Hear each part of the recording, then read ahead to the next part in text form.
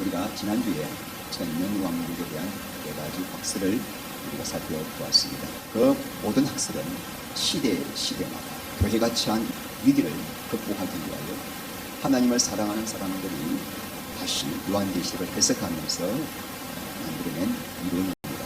그러므로 모든 학설들이 다 소중하고 다 의미가 있다고 저는 생각을 합니다. 근데 저는 4가지 학설 중에서 개인적으로 역사적 전천연설을 주장한다. 이유는 뭐냐면 그 학설이 가장 성경적이기 때문입니다. 제가 생각할 때 성경적이지만 정답은 누구 아세요?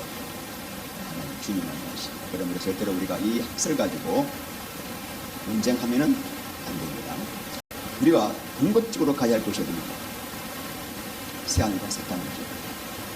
자, 그럼 새하늘과 새 땅을 가는 데 있어서 왜 천년 왕국이라는 이 과정을 거쳐야 하는가? 제가 지난주에 잠깐 말씀드렸죠. 우리 하나님께서 만물을 창조하신 그 계획과 경륜이 온전히 이루어져야 하기 때문에 그 경륜이 이루어지는 곳이 천년 왕국이다. 마태복음 5장 18절 말씀에 천지가 없어지기 전에는 율법의 1.1획도 결코 없어지지 아니하리라. 우리 하나님께서 한번 명하신 말씀, 계획하신 것들은 반드시 이루어져야 하는데 인간의 타락으로 말미암아 그 계획이 이루어지지 못했기 때문에 그 모든 말씀이 완전히 성취된 곳이 천년 왕국이라고 보면 되고, 이제 새하늘과 새 땅은 그 시간과 공간까지 완전히 초월한 땅과 하늘의 개념이 없는 우리 하나님과 완전한 그 하나님의 그 본성과 본질 안으로 들어가는 세계가 아닌가라고 생각을 합니다. 여러분, 천년 왕국 할 때 이 천년이란 실제로 천년을 의미할까 아니면은 오랜 세월일까? 그래서 유천년설은 뭐죠? 직경이 천년 왕국이죠. 그러니까 초림 때부터 재림 때까지가 천년 왕국이기 때문에 그들은 초림부터 재림까지가 천년이다. 천년이라는 세월이다. 아주 얼마인지는 모르지만 그렇게 해석을 합니다. 그런데 천천년설에서는 전통적으로 천년왕국은 정확하게 천년을 채울 것이다 라고 해석을 해왔습니다. 그런데 요즘 학자들이 아니다, 꼭 천년은 아니라도 어떤 상징적인 하나님이 정하신 기간일 거라고 주장하시는 분들이 있는데, 저는 그 의견에 동의를 하는 것은 성경은 묵시록이란 말입니다. 그래서 천은 10 곱하기 10 곱하기 10, 10은 하나님의 충만수, 10을 3번 곱했습니다. 3은 하나님의 수죠. 그러므로 하나님이 정하신 얼마인지는 모르지만 어떤 기간이지 않을까라고 저는 그렇게 해석을 합니다. 근데 이런 건 중요한 게 아닙니다. 그때 가서 보면 알 거고, 중요한 거는 우리가 지난주 살펴보았던 내용이 천년왕국 때 어떤 일이 일어나는가. 1절부터 3절까지 천사가 내려와서 사탄을 쇠사슬로 잡아가지고 무저갱에 1000년 동안 감금한다. 이 사건을 보았습니다. 두 번째 사건은 4절 말씀대로 성도들이 신령한 몸으로 다시 산다. 이거를 몇째 부활? 5절에 첫째 부활. 둘째 부활은 뭐죠? 불신자들이 1000년 동안 계속 그대로 영분부에 있다가 천년왕국 끝난 다음에 육신의 몸으로 부활하여, 왜 부활하죠? 영원한 불못에 던져지기 위한 부활이제 부활입니다. 그래서 오늘 6절은 첫째 부활에 참여하는 자들은 복이 있고 거룩하도다. 왜 거룩하죠? 왜 복이 있고 첫째 사망이 그들이 말씀을 들어갔고, 그리고 두 번째 이유는 그리스도의 하나님의 적상이 되어서 천년을 동안 그리스도와 더불어 왕으로 하기 때문에 몇 번째 복입니까? 5번째 복입니다. 자, 이제 사망이 이제 우리를 다스리는 권세가 없습니다. 여러분, 안식교회에서는 이 지옥, 유황불못에 대해서 영혼 멸절설을 주장합니다. 자, 전통적인 우리 기독교 교리에서는 지옥에 가면은, 유황불못에 가면은 영원히 고통을 받는다라고 이야기를 하는데, 안식교회에서는 그렇지 않다. 내가 지은 죄만큼 지옥에서 형벌을 당한 다음에 그 영혼이 완전히 멸절된다, 사라진다. 그래서 우리 정통 기독교에서는 안식교를 2단으로 정지하고 있습니다. 그런데 여러분, 그 존 스토트라고 하는 아주 유명한 신학자가 있습니다. 우리 기독교 복음주의의 거두라고 불리는 아주 유명한, 90세에 돌아가셨는데 68세 때 이런 발언을 하셨습니다. 영혼 멸절설이 성경적이지 않을까라고 조심스럽게 자기의 의견을 피력했습니다. 지옥은 상징은 아니야. 존재하지만 영원히 고통을 받는 것은 아닐 것이다 라고 조심스럽게 자기 의견을 비롯하는 것은 네 가지 이유를 들고 있는데, 첫 번째 이유는 뭐냐면은 이 언어적 근거, 성경에서 멸망이라는 단어가 나오죠. 요한복음 3장 16절, 하나님이 세상을 이처럼 사랑하사 독생자를 주셨으니 이는 저를 믿는 자마다 멸망치 않고 영생을 얻게 하려 함이라. 이 멸망하더라가 아폴lum입니다. 아폴lum이 이런 게 성경에 많이 나오죠. 마태복음 10장 28절에 몸은 죽이되 영혼은 능히 죽이지 못하는 자들을 두려워하지 말고 몸과 영혼을 능히 지옥에 멸하시는 하나님을 두려워하라 할 때 멸하다가 나오죠. 이 단어를 깊이 연구해 보니까 어떤 존재가 계속 유지되면서 고통받는 뜻이 아니라 소멸되고 파괴되고 완전히 사라진다는 그런 의미다라고 이야기를 합니다. 두 번째 이제 불의 이미지. 지옥하면 뭐가 나와요? 불이죠. 근데 이 불은 태우는 대상을 계속 유지시키는 것이 아니라 태워서 없애버린다는 의미가 강하지 않는가. 세 번째, 사법적 근거. 인간이 아무리 악한 짐승 같은 놈도 죄지어봤자 100년 동안 짓는 죄를 가지고 어떻게 영원히 고통을 주면서 지옥에서 형벌을 받게 할 수가 있는가. 하나님의 공의의 성품에 맞지 않다. 네 번째는 우주적 근거. 우리는 천하만국에서 주님과 함께 혼잔치하고 새하늘과 새 땅에서 그리스도와 함께 영원한 천국의 영광의 기쁨을 누리고 있는데, 이 우주 어느 한 곳에서는 그 말로 다 알 수 없는 그래서 하고 타고 있는데 나는 천국에서 할렐루야 하고 있다 하는 것은 그 하나님의 그 창조 섭리의 오점이 될 수 있다. 그래서 이 존 스토트는 이런 견해를 발표하면서 이것이 맞다. 절대적인 교리로 피력한 것이 아니라 내가 틀릴 수도 있지만은 내가 성경을 연구해 보니까 지옥이란 영원한 고통을 받는 곳이라기보다는 내가 죄에 대한 형벌, 대가를 치른 다음에 그 영혼육이 완전히 멸절되는 것이, 그런 견해가 더 설득력이 있어 보인다라고 아주 조심스럽게 자기 의견을 표현했습니다.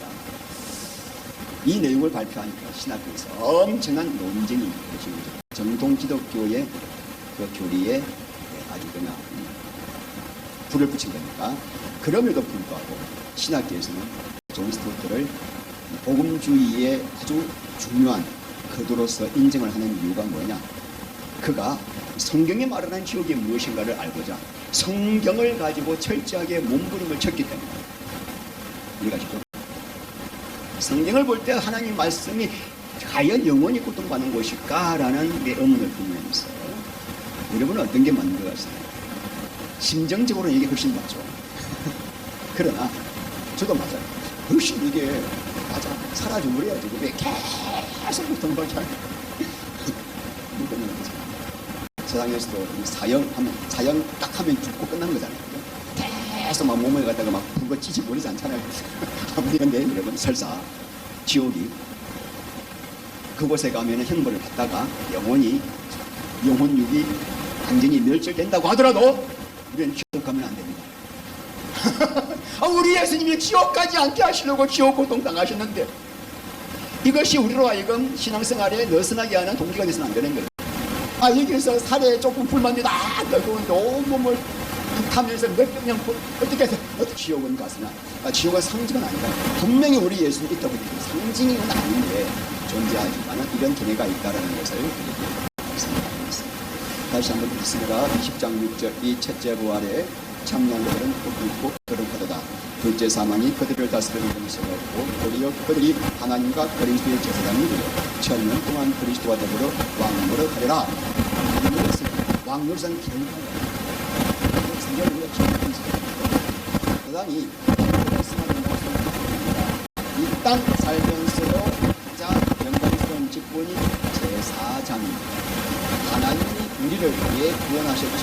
제사장 삼기 위해습니다. 믿습니까?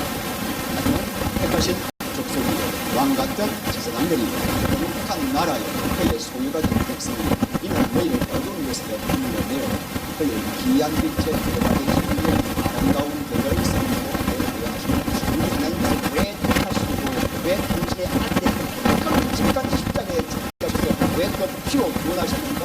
이유가 뭐죠?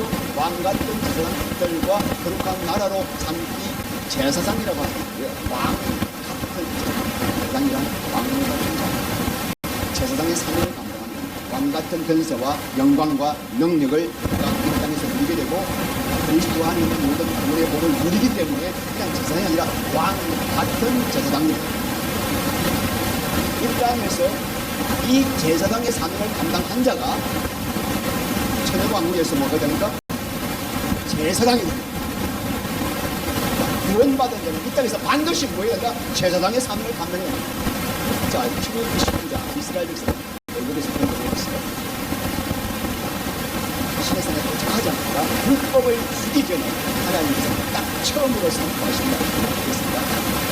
자기가 다 너희가 내 말을 잘 듣고 내 언약을 지키면 너희는 모든 민족 중에서 내 소유가 되고 너희가 내게 쌍나라가 되며 거룩한 백성이 되리라. 너는 이 말을 이스라엘 자손에게 전할지니라. 하나님께로 예수의 피로 건져내셔서 당신의 백성을 삼으신 이유가 있는데 그거는 너에게 내가 뭐하기 위해서 제사장 나라가 되기 위해서다. 내가 너를 왜 나의 소유로 삼는가? 제가 적어놨죠. 세굴라. 소유가 그냥 포제슨이 아니라 트레저. 엄청 소중한 하나님의 가장 소중한 보물로 내가 너를 삼은 이유가 뭐냐? 그래서 내 모든 복을 다 주는 이유가 뭐냐? 오직 하나야. 제사장 나라가 되라. 성도들이 이 비밀을 몰라가지고 예수 믿고 난 다음에 헤매는 거예요. 이 엄청난 복을 누리지 못하는 거예요. 이 안에 모든 복이 다 있는 거예요. 제사장이 되는 나라 이 안에 모든 성경의 복을 누리는 키가 제사장이에요. 이스라엘이 왜 망했으니까 하나님이 나를 제사장 불렀다는 이 깊은 하나님의 목적을 모르고 우리는 택한 선민이야. 저 인간들은 이방인들은 지옥의 뗄감이야. 선민 의식이 다 필요해요. 제사장 사명 감당하라고 권하시고 그렇다면 제사장이 무엇이길래 이렇게 소중한 사명인가? 제사장의 사명이 뭡니까? 이거? 첫 번째 뭐합니까? 성전에서 제사를 드립니다. 제사란 신약에는 뭐요? 예배입니다. 이렇게 드리는 예배도 예배지만 내 삶이 주님께 드려지는 헌신이 진짜 예배입니다. 여러분 제사장 임명할 때 머리에 기름을 붓습니다. 자, 기름을 붓는다는 말은 오직 그 목적만을 위해서 쓰임받는 자일 때 기름을 붓습니다. 자, 구원받은 자를 성도라고 불러요. 성도, 거룩한 유리입니다. 아니 그 사람 옛날 습관도 안 끊어서 여전히 시기질투 비움 가득해. 그런데 예수 그리스도를 진짜 생명으로 주님으로 믿고 거듭난 사람에게는 아직 죄성이 꽉 차 있지만은 뭐라 그래요? 성도라 불러요. 거룩한 무리라 불립니다. 자, 이 거룩한 하기오세이 헬라어. 이 하기오세이는 말하면 다른 목적으로 사용될 수 없는 그것만을 위해 쓰임 받을 수밖에 없는 존재를 거룩하다. 하기오세이. 왜 성도라 부르는가? 여전히 죄가 꽉 차 있는데 너는 이제부터 나만을 섬기고 예배드리고 제사드리는 제사장 외에는 다른 용도로 쓰일 데가 없어. 그게 구원받은 자야. 왜 성령으로 기름 부어주시죠 우리에게? 너는 제사장 그 위에는 쓸 데가 없어. 직장을 다니든 사업을 하든 그 목적을 이루기 위한 것이지 가장 최고의 미션은 뭐다? 제사장을 사명을 감당하는 것이 이게 복 중의 복입니다. 여러분, 자 내가 하나님께 드리잖아요. 드리는 만큼 하나님이 나를 통치하셔요. 내 삶을 다스리세요. 그 순간부터 사탄 마귀가 내 능력에 접근을 할 수가 없습니다. 언제 내가 주님의 목적 안으로 들어갈 때 들어질 때 그때부터 하나님께서 너는 내 것이라 하면서 당신의 오른팔로 딱 붙잡아 주시는 거예요. 그러면서 주님이 나를 다스리고 통치하시면서 주의 뜻이 내 삶을 통하여 이루어지고 주님이 나를 다스리는 만큼 내 안에서 뭐가 이루어집니까? 천국이. 구원이란 뭐죠? 구원이란 내 영광만을 위해서 내 모든 전 에너지를 쏟아가 살던 사람이 하나님께 드려지는 삶으로 바뀌는 거예요. 고린도전서 6장 19절 너희 몸은 너희 것이 아니라 스스로 산 것이 되었으니 그런즉 너희 몸으로 하나님께 영광을 값으로 사다 아브라하지. 너는 이제 너게 아니야. 너 몸뚱아리, 너 시간, 너 재물, 너 인생 전부 다 내 거야. 내가 내 피로 샀단 말이야. 마귀로. 그러니까 너 인생이 없는 거야. 이게 성도라니까. 지금 내 인생이 완전히 내 게 없다. 주님께 완전히 돌려진 인생이라는 이 말씀이 복음으로 들리시는 분의 영에 속한 사람이에요. 이게 굴려로 들리는 사람은 육신에 속한 사람. 이게 복음으로 들리시는 분은 영적으로 성숙한 거예요. 이게 아직까지 무슨 말인지 잘 모르는 사람은 아직 젊은이십니다. 왜 그런가 이 사람? 아직 진짜 복음을 못 들었어요. 진짜 복음을 못 들었으니까 진짜 회개가 안 됩니다. 오늘 이 시간에 왜 이런 말씀 이렇게 할까요? 종교생활 그만해라. 너는 내 거야. 저 세상에 사명 감당해야 돼. 우리를 진짜 그리스도 안에서 이 영광스러운 복을 누리게 하시려고 하는 말씀을 듣게 하신 분이 있습니다. 로마서 12장 6절 말씀에 그러므로 힘들더라.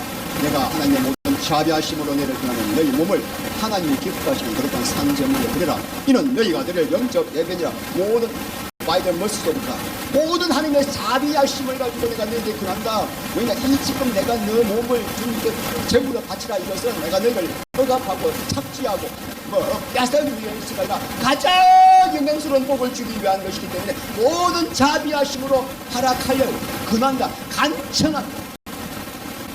너무너무 중요한 복이야. 이 복 놓치면 안 돼.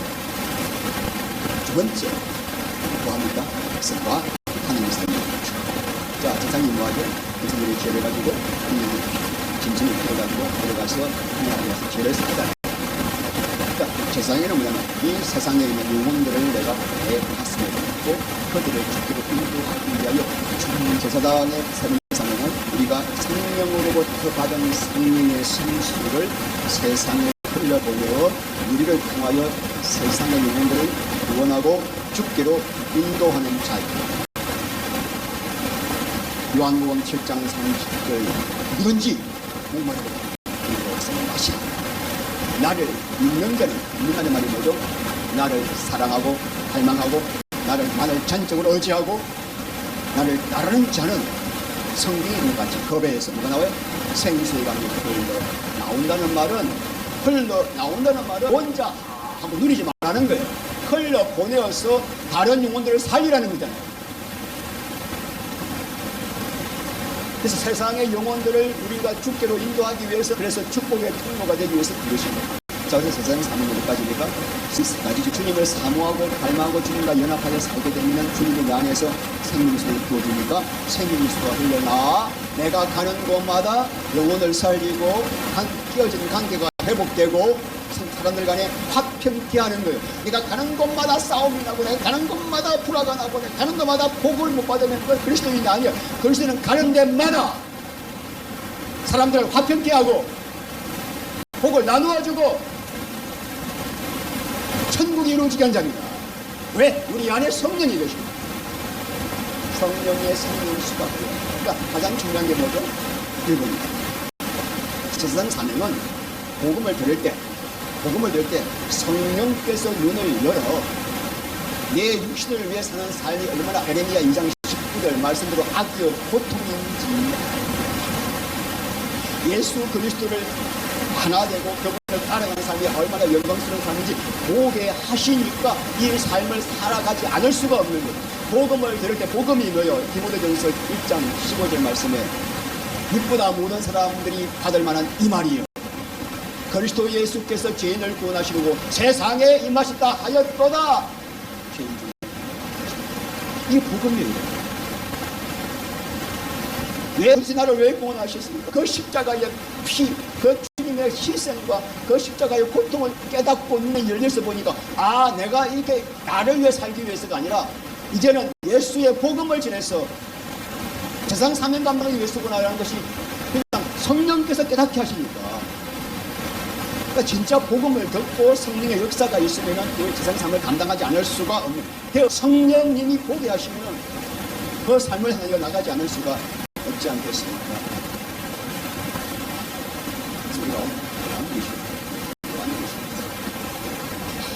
그래서 우리가 요한계시록 1장 서론이죠. 5절 1절이 우리를 사랑하사 해방하시고 그의 아버지 하나님을 위하여 우리를 나라와 제사장으로 삼으신 그에게 영광과 능력이 세세토록 있기를 원하노라. 아멘. 예수의 피로 우리를 그 저주에서 건지신 것은 아버지 하나님을 위하여 뭐가 나라와 제사장으로 삼으시려고 사무엘 신도에게 영광과 능력이 세세토록 있기를 바랍니다. 사도 요한은 이 복 때문에 하나님의 영광과 능력이 영원토록 당신께 있기를 원합니다. 손짓 간구하고 있어요. 이 복이 너무나 귀한 복이라서 그런 거죠. 그죠? 여러분 부담되는 복이 아니죠 지금. 우리가 주님께 영광을 돌려야 할 복이죠. 이 복이 얼마나 귀한 복이다. 요한계시록 5장 24장면이 생로를 부르되 일찍이 죽음을 당하사 사람들을 피로 사서 하나님께 드리려고 그들로 우리 하나님 앞에서 나라와 제사장들을 삼으셨으니 그들이 땅에서 왕 노릇하려다. 피로 왜 샀냐고요? 왜 나를 피로 사셔서 하나님께 드리셨는가? 이유는 뭐고? 하나님 앞에서 나라와 제사장으로 삼으시려고 해서 인정하고를 정했습니다. 구원받는 순간 이미 우리는 나라와 제사장이 된 과거에 이미 일어나고 확정된 사건을 부정하고 합니다. 그렇게 이 땅에서 제사장 사명을 감당한 자는 천년왕국에서 이 천년왕국이거든요. 왕노릇 할 것이다. 미래 지실법은 미래에 반드시 일어날, 확실하게 일어날 사건이다. 우리는 이 부정 가도라는 것입니다. 성도에게는 다른 길이 있다 없다. 이제 문제는 뭡니까? 자, 이 목적을 위해서 우리가 구원받고 구원받았지만 아직까지 우리 안에 뭐가 있습니까? 타락한 육신의 병사가 있습니다. 여전히 나는 내 육신을 따라 살고 싶고 여전히 좀 편하게 살고 싶고 내 육신의 설득을 하고 싶은 이 본성이 있기 때문에 제사장 사명을 온전히 감당할 사람이 수가 있겠습니다. 신용독서 늘 이 말씀 앞에 이끌어서 성령 나도 제대로 한다는 거죠. 그래서 정말 구원받고 제사장으로 삼았다는 이 사실을 분명히 인지하고 있는 자는 그런 자기의 연약한 모습, 부족함 때문에 늘 뭐합니까? 주 앞에서 애통합니다. 그래서 애통하는 자가 이 길을 알고 이 복이 뭔지 아는 사람은 늘 자기를 보면서 왜 나는 더 주님께 드리지 못할까? 그러나 이렇게 부족하더라고요. 적어도 사명이 내가 뭔지를 알고 그 삶의 위치가 완전히 유턴해서 돌이킨 사람은 부족해도 그것을 위해 기도하면서 이 사명을 붙들고 나갑니다. 그 자는 부족해도 회개한 자거든요. 회개는 돌이키는 거잖아요. 우리가 완벽을 제가 말씀드린 게 아니라 죽어도 부족하고 이런 연약함이 있고 바울의 발끝만큼도 못 따라가지만 적어도 내 목적이 무엇인지를 아는 사람은 하나님께서 인정하시는 거예요. 돌이킨 사람이기 때문에 그 사람은 어디 가요? 천년왕국 들어가서 진짜 그때부터 영혼력이 완전히 바뀌게 되고 영혼력이 새로워지고 사탄에 결박당했기 때문에 그때는 기쁨으로 이 일을 감당하게 되는 것입니다. 그래서 도리어 그들이 하나님과 그리스도 제사장이 되어 천년 동안 그리스도와 더불어 왕노릇 하리라. 그러면 생깁니까 안 생깁니까? 제사장이 삽니다. 세상 사람들을 인도하여 하나님께로 올려드리는 복을 흘려보내는 삶이란 말이에요. 그렇다면 천년왕국에서 내가 누구에게 복을 흘려보내지? 누구를 전도하지? 좀 나오는 질문이지 않습니까? 또 왕노릇 하려면 다스림을 받는 백성이 있어야 됩니다. 물론 성경에서 왕이라고 하는 것은 군림하는 것이 아니라 아버지의 사랑을 가지고 섬기는 자가 왕이고 마가복음 10장 4절을 자기들 인자가 불렀은 섬기는 아들의 하나님과 도리어 섬기고 자기 목숨을 많은 사람이 섬기고 죽고. 그러니까 천년왕국에서 우리가 왕노릇 한다는 것이 그게 아니고 물론 섬겨야 된다는 것이지만 섬김을 받는 대상이 누굴까요? 문제인데 이게 문제가 뭐죠? 전천연성 어떻게 이 내용을 풀고 있는가를 말씀을 드리고 있습니다. 초대 교부들 이레니우스 같은 경우도 최근에 오늘날 신학자들 대부분이 어떻게 이 부분을 해석을 할까? 자, 재림 직전에 이척 그리스도가 사람들에게 뭘 받게 합니까? 진성표 받게 하고 또 우상 숭배하고 이렇게 하잖아요. 자, 그렇게 할 때 그때 예수를 안 믿더라도 끝나지 않더라도 그렇게 그 죄에 동참하지 않은 사람들이 있을 거란 말이에요. 여러 가지 이유로 긍정적으로 여러 가지 이유로 재림할 때 휴거된 뒤에 뭐가 있습니까? 일곱 대적 재앙. 그러니까 일곱 대적 재앙 때 이 사람들이 죽을까 안 죽을까를 우리가 계시록 첫째 천사가 가서 그 대적을 땅의 소돔에 짐승의 표를 받은 사람들과 그 우승에게 경배하는 자들에게 악하고 독한 종기가 얻어라. 마지막 대접재앙 중에 첫 번째 대상이 누구예요? 짐승도 받고 우상에게 경배한 자들에게 집중적으로 내려진다는 말은 이 대접재앙의 목표가 이렇게 짐승에게 적극적으로 협조하고 표받고 하나님을 대적한 사람들을 대상으로 내려지기 때문에 이 죄에 동참하지 않은 사람들은 이 재앙을 피해 갔을 것이다. 그런데 이제 예수님이 지금 하십니다. 이분들은 살아남아 있어요. 이 표 안 받았기 때문에 입장 받지 않고. 그런데 예수님의 그 재림할 때 그 영광스러운 모습을 바라보면서 아, 예수님이 하나님의 아들이 맞구나라고 회개하고 애통해하면서 주님을 믿은 사람들이라고 이야기를 해요. 이렇게라도 풀지 않으면 이 부분은 미스터리입니다. 내가 남이 지킬까 예루살렘 주님에게 은총과 간관을 심령을 하니 그들이 그 찌른바 그를 바라보고 그를 위하여 애통하기를 독자를 위하여 애통하듯 하며 그를 위하여 통곡하기를 장자를 위하여 통곡하기를 재림때 예수 그건 예수님입니다. 예수님을 바라보고 예수를 위하여 예루살렘과 다윗의 사람들 아이고 우리가 죽였던 그 예수가 심판주요 구원주시구나를 그때서 깨닫고 애통하는 때 하나님이 그들에게 구원의 은혜를 주셔서 그들이 구원받을 것이라고 사람들이 해석을 합니다. 그런데 세대주의자들은 이 사람들이 그런 사람들과 의인밖에 없다라고 생각하고 역사적 전체민들은 그렇지 않다. 이런 은혜가 이제는 모든 이방인들에게도 펴져서 유대인뿐만 아니라 모든 사람들이 예수님 재림할 때 예수님을 바라보고 그때 회개해서 천년왕국으로 데려갈 것이다 라고 했어요. 자, 이들은 뭘 가졌습니까? 죽을 육신을 가졌고 우리 성도들은 예수님 재림할 순간에 영원히 죽지 않은 몸으로 부활하여 주님과 함께 희고되지 않았습니다. 자, 그렇다면 이들은 육신을 가지고 있는 자이기 때문에 결혼도 하고 자식도 낳을 수 있다라고 보는 거고 하는데 어떤 문제가 있습니까? 이들은 여전히 구원을 받았죠. 그러니까 그들은 여전히 육신을 가지고 있기 때문에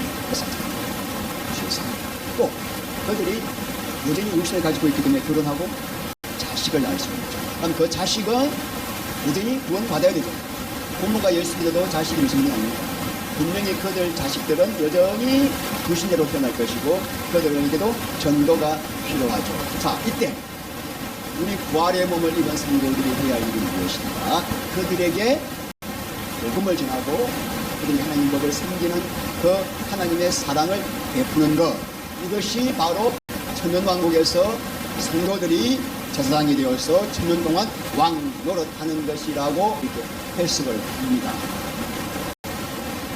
자, 그렇다면 여러분, 부활한 성도들은 이미 죽지 않는 몸을 가지고 있기 때문에 죽음이 있어요. 이들은 죽을 거예요. 죽는데 이들은 육신을 가지고 들어온 사람들은 죽게 되지만 이사야서 말씀을 근거로 그 수명이 획기적으로 연장될 것이라고 학자들이 말합니다. 이사야서 65장 10절 거기는 날수가 많은 것이 못하여 죽는 어린아이의 수완이 차지 못한 노인이 다시는 없을 것이라. 100세에 죽는 자를 젊은이라 하겠고 100세가 못되어 죽는 자는 저주받은 자이리라. 모든 학자가 이게 천년왕국 이야기라고 이야기를 하고 있습니다. 자, 100세에 죽는 자가 있다는 말은 천년왕국으로 죽음이다. 그런데 100세에 죽는 자를 젊은이라고 하고 저주받는다는 말은 그만큼 수명이 비약적으로 는다는 것입니다. 그러므로 천년왕국으로 죽음이 있기 때문에 죽음은 언제 완전히 끝날까? 전부도 그것에 현입니다. 자, 천년왕국 끝난 뒤에 우리가 지금 중요한 것은 뭐냐면은 지금 내가 제상 상을 감당하고 지금 천국의 복을 지금 누려야 한다. 주님이 주신 복을 내가 내 심령 속에서 육신 속에서 이루며 누리다가 복음 증거하고 사명 감당하다가 그 자가 천년 왕국에 가서 어린 양의 혼인잔치에 참여하게 되고 첫째 부활에 참여하게 되고 천년 왕국의 복을 누리게 될 줄 믿습니다.